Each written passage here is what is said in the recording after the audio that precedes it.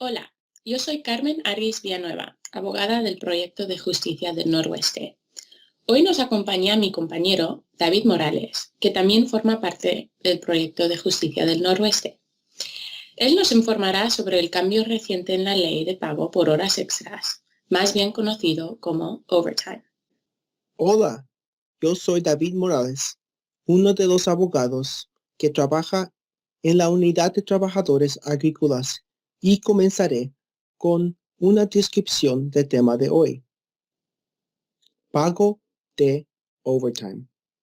Es un requisito legal que exige que empleadores le paguen a sus trabajadores 1.5 veces su salario por cada hora trabajada arriba de 40 horas por semana.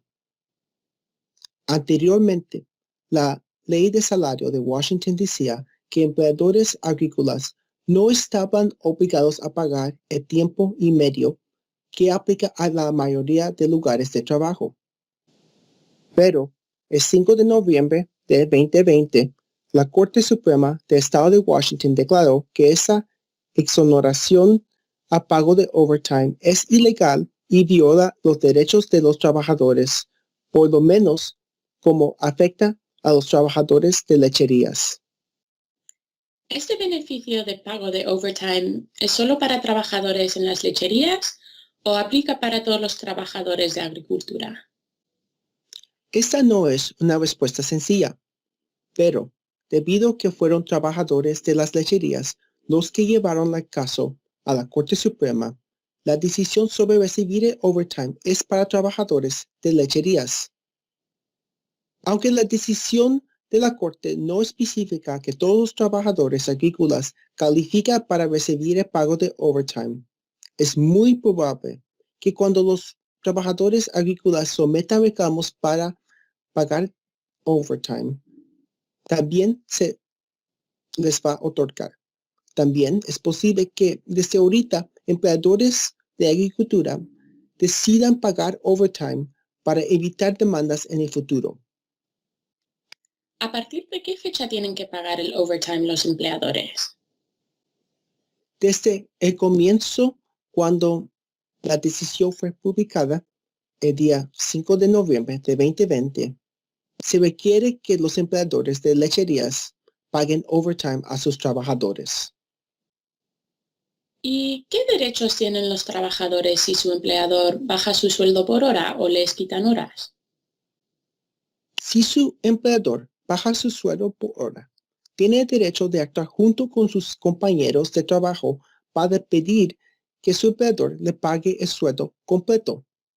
Es prohibido que su empleador lo despida o interfiera con sus esfuerzos para recibir un salario más alto. Aunque legalmente no es requerido que su empleador le siga pagando el mismo salario por hora, por lo menos le debe que pagar el salario mínimo. A menos que usted tenga un contrato de la unión, su empleador puede quitarle o aumentar las horas, debido a que pagar tiempo y medio por tiempo trabajado arriba de 40 horas le costará más a su empleador. Su empleador puede decidir limitar sus horas de overtime. ¿Tendrán que pagar los empleadores las horas de overtime que fueron trabajadas antes del 5 de noviembre? El tribunal todavía no ha resuelto si sus empleadores le deben pagar overtime por horas trabajadas antes de la decisión. Nosotros actualizaremos esta información cuando es disponible. ¿Qué pueden hacer los trabajadores si su empleador se niega a pagar overtime? Una opción es someter un reclamo por medio de un abogado medio del Departamento de Labor y Industrias. También podría unirse con compañeros de trabajo para solicitar que su empleador cumpla con la ley y les pague el sueldo de overtime. La ley dice claramente que es prohibido que su empleador lo despida o tome represalias contra usted por pedir el sueldo que le debe o por unirse con sus compañeros de trabajo para mejorar las condiciones de trabajo.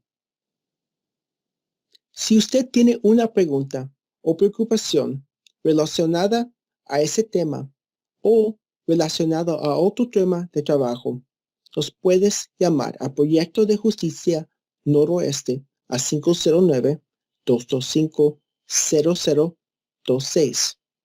Nos gustaría poder ayudarlo. Gracias. Muchas gracias, David. Y sí, como dijo David, si ustedes tienen alguna pregunta o duda, por favor, llámenos al Proyecto de Justicia del Noroeste al 509-225-0026.